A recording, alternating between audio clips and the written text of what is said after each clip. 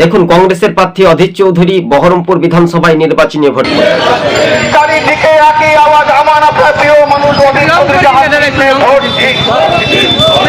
চারিদিকে একই আওয়াজ, অধীর চৌধুরীকে হাত দিলে ভোট দিন। মা বোনদের কাছের মানুষ অধীর চৌধুরীকে হাত চিহ্নে ভোট দিন।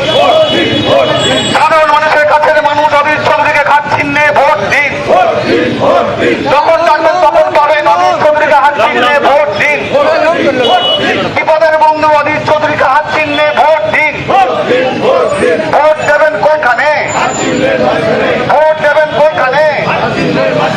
আর তো কোনো ভুল নয়, আর তো কোনো ভুল নয়, অধীর চৌধুরীকে হাত চিহ্নে ভোট দিন। আর কোনো ভুল নয়, আর কোনো ভুল নয়, অধীর চৌধুরীকে হাত চিহ্নে ভোট দিন। ভোট দেবেন কোনখানে?